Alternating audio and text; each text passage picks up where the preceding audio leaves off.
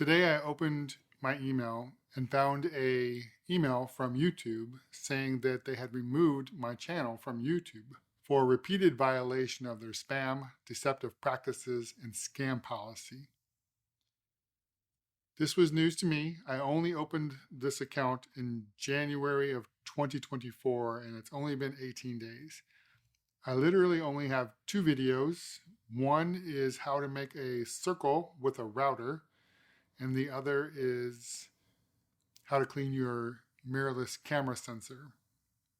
Of course, step one in attempting to resolve this issue is to panic completely. However, then I took a moment and went back to the email and followed their Learn More link that they provided. I slowly went through their documentation to see if I may have gone wrong somewhere. I didn't see where I might have made a mistake. However, I did want to get a semi-second opinion, so I asked an AI, specifically ChatGPT and Bard.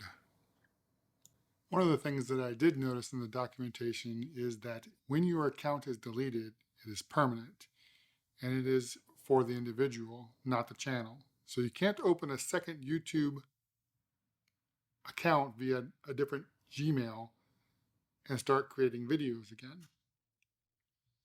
Both ChatGPT and Bard were quite helpful. They are able to reference the policies and kind of give you an idea of what you should not be doing.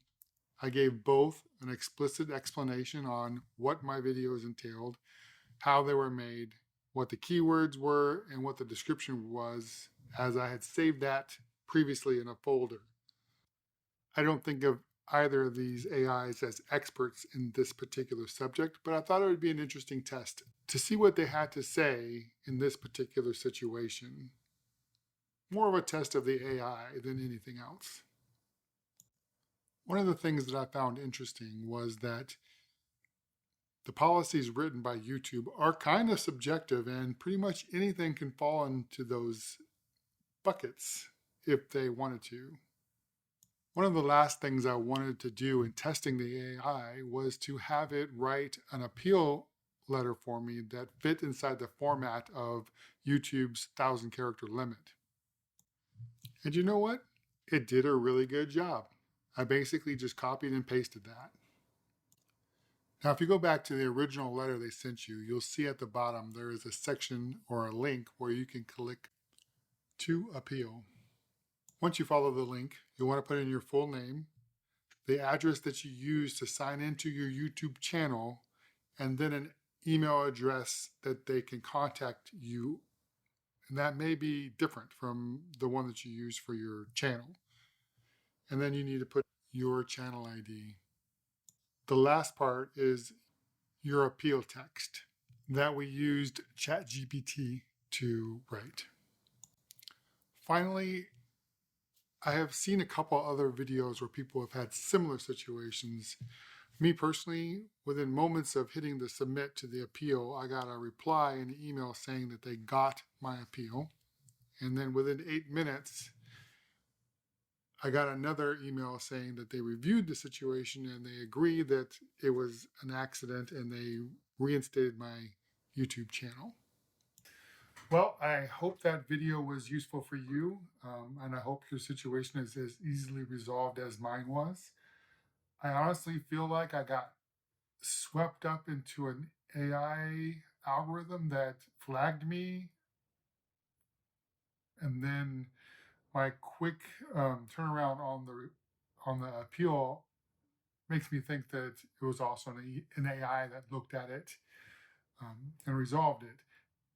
It was roughly an 8-minute turnaround, so I don't think that somebody at YouTube got to look at it that quickly. A couple of final notes, mostly for YouTube if they listen to these sort of things. The email that I got was fairly uninformative. It did say that I violated a certain policy, but it didn't say what video or what was violated. Now, if you're using an AI to help you identify these videos and content that's violating a policy, it should be fairly easy to add to the email, this is the video in question, this is the violation in question, which would allow users to um, more readily customize their appeal process to that one video or multiple videos.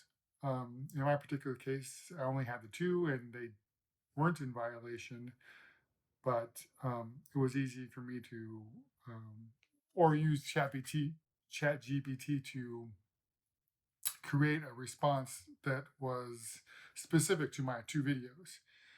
Another thing that I wasn't super happy about was that if you get a violation and your account's deleted, there is really no recourse. There's no way to come back from that. It's you're deleted as an individual and can't have another account.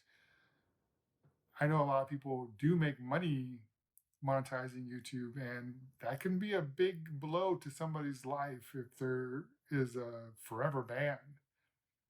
It's my 2 cents. All right, well, one other thing I wanted to point out is that there is a new law in 2024 that has to do with YouTubers who have an LLC to monetize their YouTube channel and a reporting requirement for the IRS or um, the Financial Crimes Division. Apparently, there's a lot of fraud that's happening with LLCs where somebody's opening hundreds of them and then moving money around to try to launder them.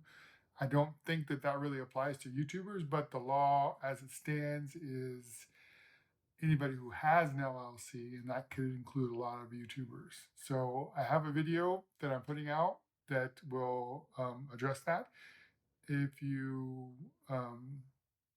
see a inbox at the end of this video, I was able to successfully link it. I'm new to YouTube, so hopefully that worked out well. Right, well, if you found this content helpful or the other one helpful, please like and subscribe. We appreciate it. Thanks.